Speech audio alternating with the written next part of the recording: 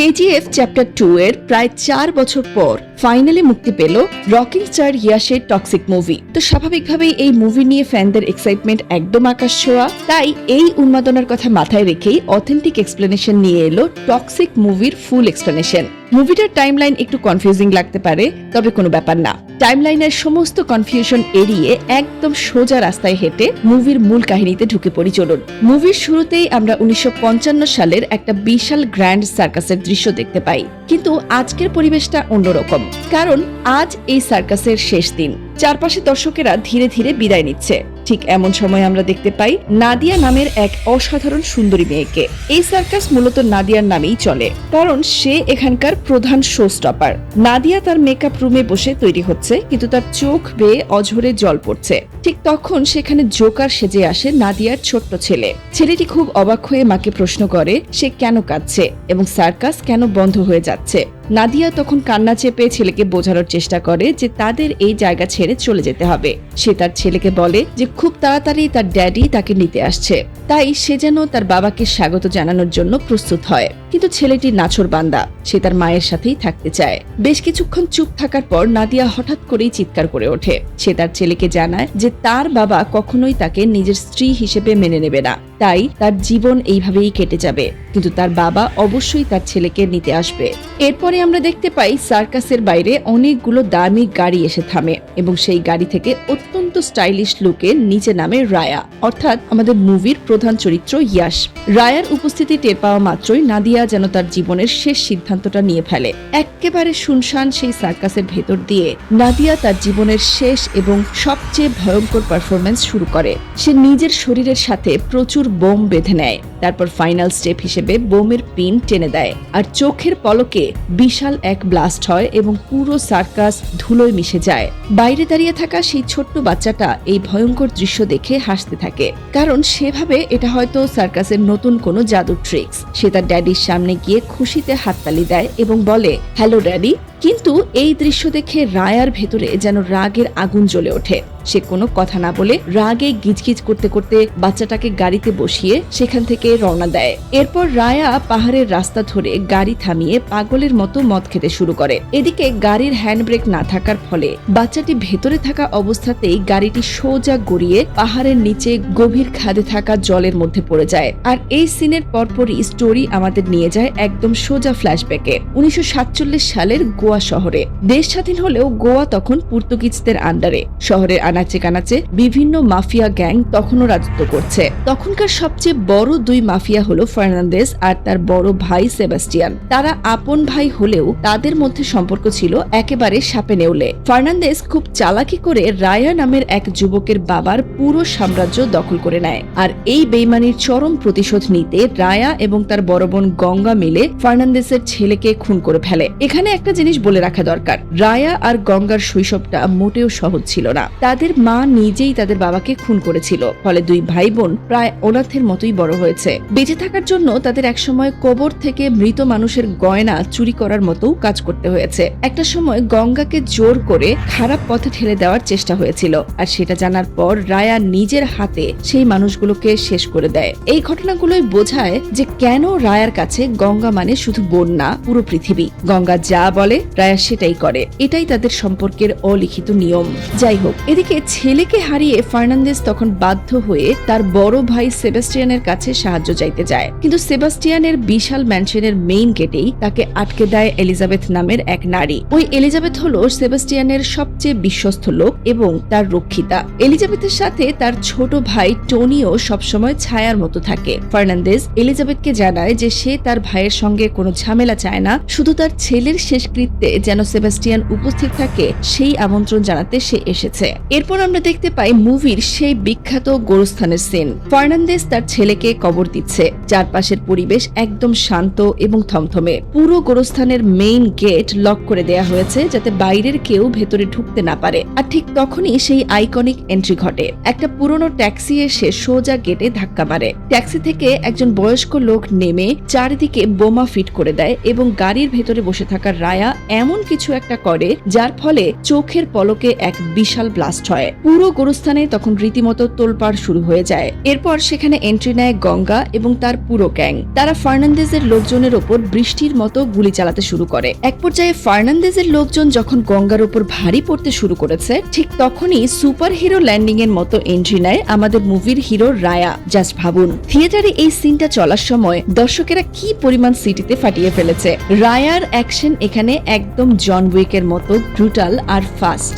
রায়া এবং তার গ্যাং মিলে ফার্নান্দেজের পুরো বাহিনীকে রীতিমতো মাটির সাথে মিশিয়ে দেয়। ঠিক এই মুহূর্তেই সেখানে সেবাস্টিয়ান হাজির হয় তার ভাইকে বাঁচানোর জন্য। সেবাস্টিয়ান রায়ার মাথার উপর বন্দুক ঠেকিয়ে তার শেষ ইচ্ছের কথা জানতে চায়। রায়া তখন একটুও না ঘাবড়ে তার সেই আইকনিক ডায়লগ দেয়। সে বলে, তোমার ভাইকে জ্বালানোর পর তার ছাই থেকে আমি একটা সিগারেট ধরাতে চাই। সেবাস্টিয়ান তখন মুচকে এসে বলে যে সে কোনো প্রতিশোধের মাঝে মাথা গলায় না, সে শুধু তার বাবার সম্মানের জন্য এখানে এসেছে। তখন রায়া ক্লিয়ার করে দেয় যে এই প্রতিশোধ সে তার বাবার জন্য নয়, বরং তার বোন গঙ্গার জন্য নিচ্ছে। এরপর গঙ্গা নিজের হাতে ফার্নান্দেজকে খুন করে। আসল ব্যাপারটা হলো, ফার্নান্দেজের লোকজন গঙ্গার সাথে অনেক বড় অন্যায় করেছিল, আর সেই অপমানের বদলা নিতেই রায়া পুরো গ্যাং ধ্বংস করে দেয়। রায়ার সেই সাহস আর পাগলামি দেখে সেবাস্টিয়ান ইমপ্রেসড হয়ে যায়। সে রায়া আর গঙ্গাকে অফার দেয় তার সাথে কাজ করার জন্য, কারণ সেবাস্টিয়ান জানে যে রায়ার মতো একজন খতরনাক লোক সাথে থাকলে তার অবৈধ ব্যবসা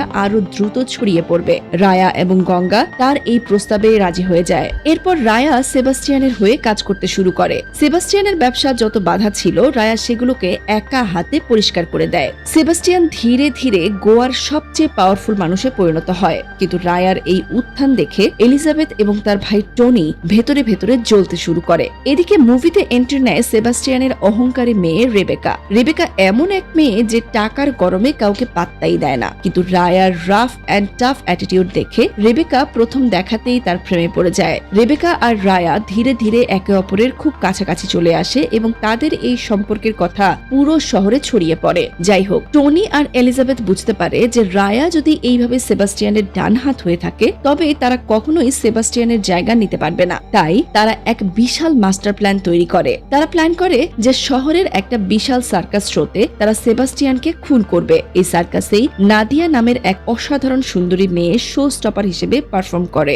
সার্কাসের ভেতরে টনি আর এলিজাবেথের লোকেরা জোকার সেজে লুকিয়ে থাকে। শো চলাকালীন সময়ে তারা হঠাৎ গুলি চালাতে শুরু করে। সেবাস্টিয়ানের হাতে গুলি লাগে, কিন্তু ভাগ্যক্রমে সে বেঁচে যায়। রায়া তখন একা হাতে সেই জোকারদের জমদূতের মতো পেটাতে শুরু করে। রায়া বুঝতে পারে যে সার্কাসের ভেতরে কেউ না কেউ এই বেইমানিটা করেছে। তার সবচেয়ে বেশি সন্দেহ হয় নাদিয়ার ওপর। রায়া অত্যন্ত রাফ ভাবে নাদিয়াকে জেরা করতে শুরু করে। নাদিয়া তখন রাগে রায়ার মুখের ওপর থুতু ছিটিয়ে দেয়, কিন্তু অবাক করা বিষয় হলো রায়া তাকে কিছুই বলে না, বরং তাকে ছেড়ে দিয়ে আসল অপরাধীকে খুঁজতে বেরিয়ে পড়ে। এরপর এলিজাবেথ আর টনি বুঝতে পারে যে তাদের প্ল্যান পুরোপুরি ফ্লপ হয়েছে। তখন তারা নাদিয়াকে বলির পাঠা বানানোর চেষ্টা করে। তারা নাদিয়ার গায়ে মদ ঢেলে তাকে জ্যান্ত পুড়িয়ে মারার চেষ্টা করে, যাতে সবাই ভাবে নাদিয়াই আসল কালপ্রিট। ঠিক সেই মুহূর্তে রায়া সেখানে এসে হাজির হয় এবং নাদিয়াকে বাঁচায়। রায়া ততক্ষণে আসল সত্যিটা জেনে গেছে। সে টনিকে খুব ভয়ঙ্কর ভাবে মারতে শুরু করে। তখন গঙ্গা সেখানে এসে এক দুর্দান্ত সাইকোলজিক্যাল গেম খেলে। গঙ্গা এলিজাবেথের হাতে একটা চাকু দিয়ে বলে যে যদি সে নিজেকে নির্দোষ প্রমাণ করতে চায়, তবে তাকে নিজের হাতে নিজের ভাই টনিকে খুন করতে হবে। পরিস্থিতি তখন এতটাই ইন্টেন্স থাকে যে এলিজাবেথ বাধ্য হয়ে নিজের ভাইকে খুন করে। ভাইকে খুন করার পর এলিজাবেথ অঝরে কাঁদতে থাকে এবং মনে মনে প্রতিজ্ঞা করে যে সে এর চরম প্রতিশোধ নেবে। এই ঘটনার পর রায়া আর নাদিয়া একে অপরের খুব কাছাকাছি চলে আসে। রায়া নাদিয়াকে তার অতীত অন্ধকার কাহিনী শোনায়। সে জানায় যে তার মা তার বাবাকে খুন করেছিল।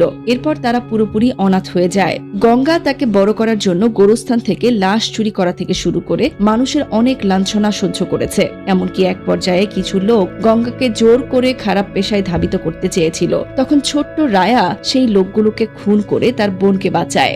রায়া নাদিয়াকে ক্লিয়ার করে দেয় যে তার জীবনে তার বোন গঙ্গার কথার উপরে আর কিছুই নেই। গঙ্গা তার কাছে ভগবানের মতো। রায়া আর নাদিয়ার এই গভীর প্রেমের কথা রেবেকার কানে পৌঁছায়। রেবেকার রাগে পাগল হয়ে যায়। সে রায়াকে অপমান করে।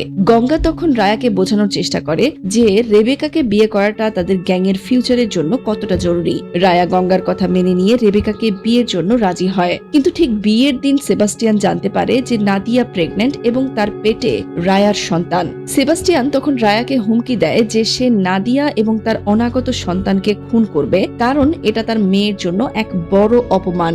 এই কথা শোনার পর রায়া যেন বদ্ধ উন্মাদ হয়ে যায়। গঙ্গা তখন রায়াকে বলে, তুমি কারো চাকর নও যে মাথা নিচু করে তাদের হুকুম শুনবে, তুমি একজন রাজা, আর রাজারা নিজের রাস্তা নিজেই তৈরি করে। গঙ্গার গ্রিন সিগন্যাল পেয়ে রায়া বিয়ের মণ্ডপেই সবার সামনে সেবাস্টিয়ানকে খুন করে ফেলে। এরপর রায়া আর গঙ্গা মিলে সেবাস্টিয়ানের পুরো বাহিনীকে ধ্বংস করতে শুরু করে। ঠিক তখন রেবেকা তার বাবার মৃত্যুর প্রতিশোধ নিতে রায়াকে পরপর 4টা গুলি করে। রায়া মাটিতে লুটিয়ে পড়ার আগেই গঙ্গা রেবেকার মাথায় গুলি করে তাকে শেষ করে দেয়। এরপর শুরু হয় মুভির অন্যতম ইমোশনাল একটা ফেজ।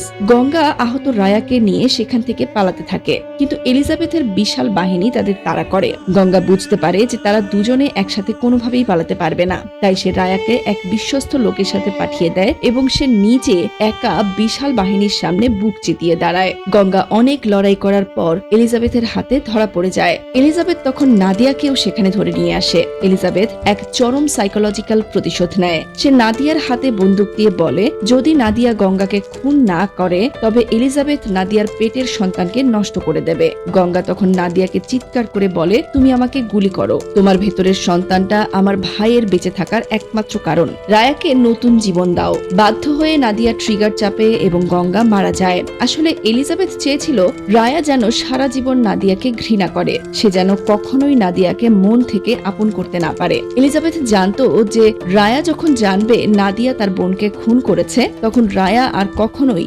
নাদিয়াকে ভালোবাসতে পারবে না। আর হয়ও ঠিক তেমনই। এনিওয়ে, গঙ্গার মৃত্যুর খবর শোনার পর রায়া পুরোপুরি ভেঙে পড়ে। সে গোয়া ছেড়ে সোজা চায়নার ম্যাকাও শহরে চলে যায়। সেখানে সে নিকোলাস নামের এক বড় মাফিয়ার হয়ে কাজ করতে শুরু করে। রায়া সেখানে এক ভয়ঙ্কর দানবে পরিণত হয়। সে ম্যাকাওয়ের সমস্ত ছোট বড় গ্যাংকে শেষ করে পুরো শহর দখলে নেয় এবং নিকোলাসের সাথে তার বড় পার্টনারশিপ করে তোলে। কিন্তু ভেতর থেকে রায়া একদম শেষ হয়ে যায়। সে সারা দিন শুধু মদ আর নেশায় ডুবে থাকে। গঙ্গা আর নাদিয়ার স্মৃতি তাকে সব সময় কুড়ে কুড়ে খায়। আর এদিকে নাদিয়ার একটা ছেলে সন্তান হয় আর তাকে লালন পালন করে বড় করতে থাকে। এইভাবে অনেক বছর কেটে যাওয়ার পর রায়া চায়না থেকে গোয়াতে ফিরে আসে নিজের রাজত্ব আবার কায়েম করার জন্য। আর ঠিক এই সময়েই মুভির এই ভয়ঙ্কর সার্কাসের সিনটা ঘটে। রায়া জানতে পারে নাদিয়া এখনো সেই সার্কাসে আছে। রায়া তখন তার দলবল নিয়ে সেই সার্কাসের বাইরে এসে দাঁড়ায়। তখন নাদিয়া সার্কাসে ব্লাস্ট করে দেয় আর চোখের সামনে নিজের ভালোবাসার মানুষকে এইভাবে পুড়ে ছাই হয়ে যেতে দেখে রায়া পুরোপুরি ব্ল্যাঙ্ক হয়ে যায়। রায়া তখন রাগে আর শোকে তার বাচ্চাকে গাড়িতে বসিয়ে সেখান থেকে রওনা দেয়। রাস্তায় বাচ্চাটা বারবার বলতে থাকে যে তার মা সবসময় বলতো রায়া তাকে ভালোবাসলেও কখনো আপন করতে পারবে না। এই কথাগুলো শুনে রায়ার মনে গঙ্গার মৃত্যুর স্মৃতি আঘাত হানে। সে চিৎকার করে বাচ্চাটিকে চুপ করতে বলে। রায়া তখন এতটাই ফ্রাস্ট্রেটেড থাকে যে সে পাহাড়ি রাস্তার ধারে গাড়ি থামিয়ে পাগলের মতো মদ খেতে শুরু করে। অ্যাকচুয়ালি রায়া গাড়ির হ্যান্ডব্রেক টানতে ভুলে যায়, ফলে বাচ্চাটি ভেতরে থাকা অবস্থাতেই গাড়িটি গড়িয়ে সোজা পাহাড়ের নিচে গভীর খাদে জলের মধ্যে পড়ে যায়। তো এখন মনোযোগ দিয়ে শুনুন, কারণ এইখানে গল্পের আসল টুইস্ট লুকিয়ে আছে।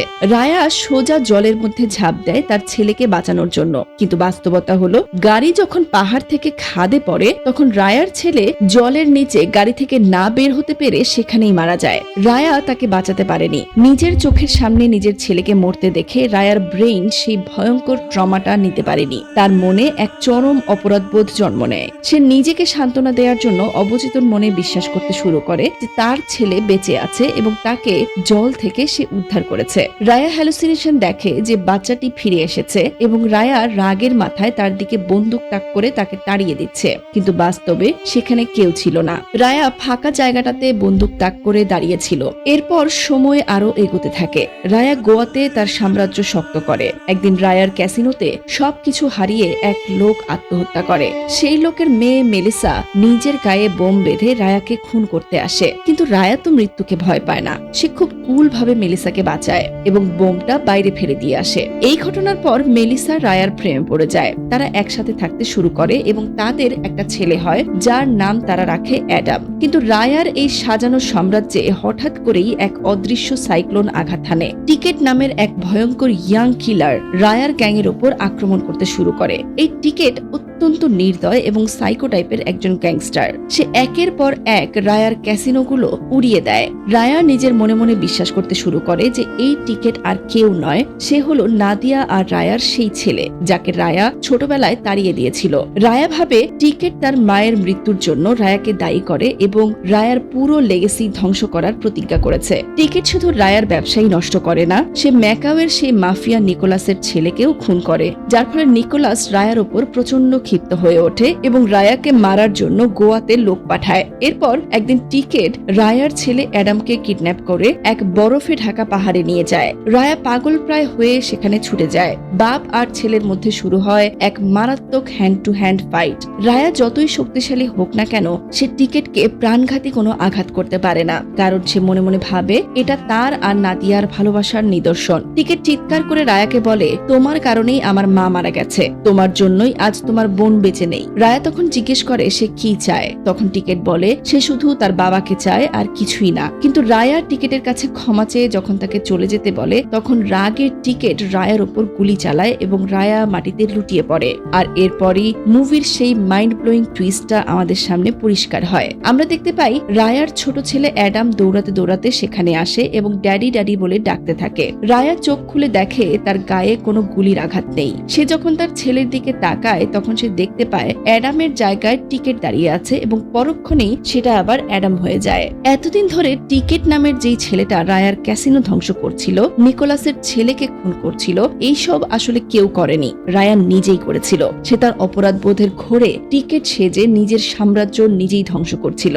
মানুষের মন কতটা জটিল হতে পারে ভাবুন। রায়া নিজেই নিজের সবচেয়ে বড় শত্রু হয়ে দাঁড়িয়েছিল। তার গ্যাংয়ের সবাই বুঝতে পেরেছিল যে রায়া পাগল হয়ে গেছে, কিন্তু রায়া নিজে সেই ঘোরের মধ্যে আটকা পড়েছিল। সে হাওয়ার সাথে যুদ্ধ করছিল। মুভির একদম শেষে আমরা দেখতে পাই নিকোলাস তার বিশাল গ্যাং নিয়ে রায়াকে চারদিক থেকে ঘিরে ফেলে। নিকোলাস তার ছেলের প্রতিশোধ নিতে চায়। রায়া তখন তার চারপাশের সমস্ত জোকার এবং শত্রুদের দিকে তাকায়। সে বুঝতে পারে আর ফিরে যাওয়ার কোনো রাস্তা নেই। আর তখনই প্লেনে করে অসংখ্য এক্সপ্লোসিভ নিয়ে বরফের পাহাড়ে এক বিশাল ব্লাস্ট করা হয়। আর এই ব্লাস্টের ফলে সেখানে এক বিশাল বরফের ঝড় শুরু হয়। নিকোলাস এবং তার পুরো গ্যাং সেই বরফের নিচে চাপা পড়ে মারা যায়। মৃত্যুর ঠিক আগ মুহূর্তে রায়া তার চোখের সামনে কল্পনায় সেই হারানো ছেলেকে দেখতে পায়, যে ছেলেকে সে পাহাড়ের খাদে বাঁচাতে পারেনি। আজ সেই ছেলেটি দৌড়ে এসে তাকে জড়িয়ে ধরে। রায়া পরম শান্তিতে তার ছেলেকে বুকে জড়িয়ে ধরে এবং বরফের নিচে চিরতরে হারিয়ে যায়। আর এইভাবেই টক্সিক মুভির সমাপ্তি ঘটে একজন বাবার নিজের অপরাধবোধের সাথে করা শেষ আলিঙ্গন দিয়ে। তো এটাই ছিল আমাদের আজকের এক্সপ্লেনেশন। ভিডিওটা ভালো লাগলে একটা লাইক করে দেবেন এবং চ্যানেলটি সাবস্ক্রাইব করে আমাদের পাশেই থাকবেন। ওভারঅল কেমন লাগলো ইয়াশের টক্সিক গিরি তা অবশ্যই কমেন্ট করে জানাবেন। ভালো থাকবেন সবাই। এখন বিদায় নিচ্ছি, তবে ফিরে আসছি নতুন কোনো গল্পের সাথে। Keep watching.